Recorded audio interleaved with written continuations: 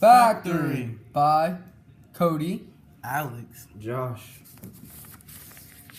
Let's get started.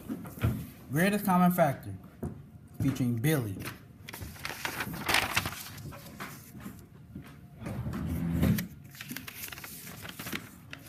To find the GCF, you have to find the greatest number that works greatest to all the functions. So what do?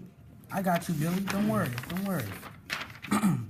Say we have 24, 36, and 48. Now we have to find the number that equal all three of these numbers.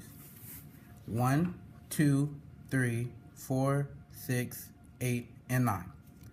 Well, we have all the numbers now. We have to see which one is that equals all three and is the greatest number. Let's try 4, for example. 4 times 6 is 24, but anything times 4 will not equal 8 or 48 or so. So now let's try 6 all of a sudden.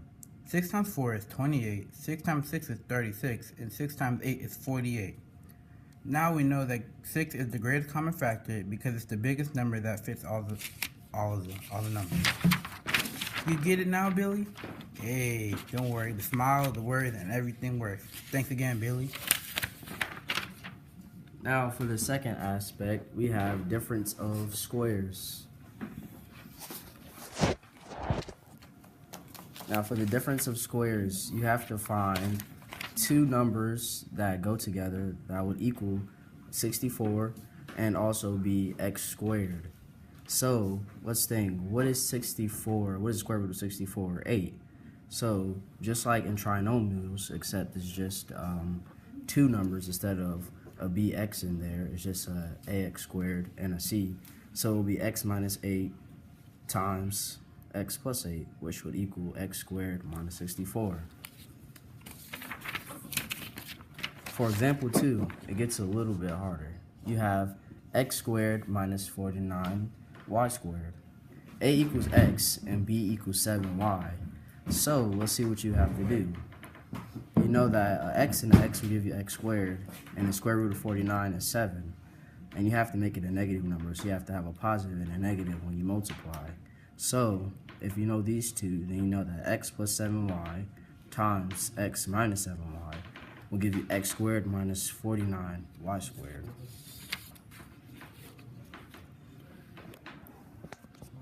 For example 3, we have 9x squared minus 16. To set up this problem, you know that a squared minus b squared has to equal a plus b times a minus b. A equals the square root of 9x squared, which equals 3x, because we're trying to find the difference of squares. B equals the square root of 16, which equals 4.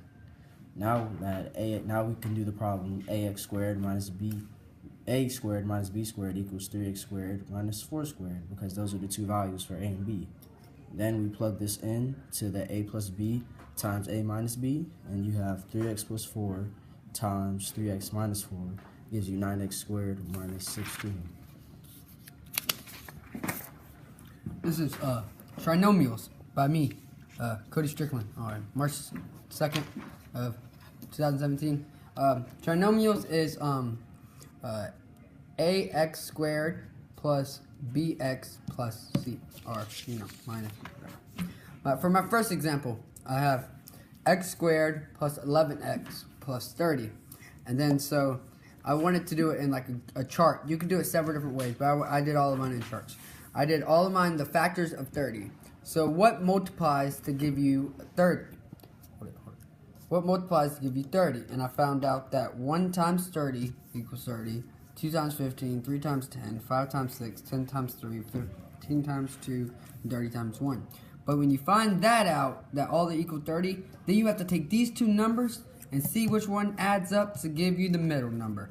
So let's say you have 1 plus 30, it equals 31. So that problem could not be correct. So I made it red. And 2 plus 15 equals 17, it's not 11, so it's red. 3 plus 10 equals 13, it's not 11, so it's red. But then you have 5 plus 6, and 5 plus 6 is 11. So that means this answer is correct, which means you need to take the 5, and you need to take the 6, which means x plus 5, because it's positive numbers, put them in parentheses, and then x plus 6, and this is your answer. Okay, and then now we're getting more complicated problems. Not that much complicated, but a little bit more complicated. We have x squared plus 4x minus 32. So now we have negative numbers. So we take all the numbers that multiply to give you negative 32, and we put it in the factors of negative 32. So you know you got 1 times negative 32, 2 times negative 16, 4 times negative 8, 16 times negative 2, 32 times negative 1, and it all equals negative 32. But then you have to take it again. Which one adds to give you the middle number, negative 4. And then you have 1 plus 32, and 1 plus negative 32, 31, and this equals negative 14. And then you have the correct answer, which equals negative 4. It multiplies to give you negative 32, and it adds to give you negative 4. It's correct. You put an x plus 4, you put x plus negative 8. That's correct, and that's your answer. And then there are more complicated problems. Not that complicated. And get a lot more complicated than what I'm doing. All the factors of negative 128. 1, of course, always. Solid problem. It will always, mark this one in black. Because all your numbers, no matter what, anything times itself times 1 as negative 128 or the number that you're doing. So if you can change this out with any number and keep 1 in it, it will always be that. Okay, so 2 times negative 64, negative 128, all these equal negative 128. But then you have 8 times 16, 128, and all these other numbers. But so then you take these and you add them, all of them, and you add them. And the only one that equals and adds up is this one. 8 plus negative 16, which equals negative 8. And then so now you put x plus 8, and then you have x minus 16, and that's your answer. Thanks for watching, folks. That's factoring.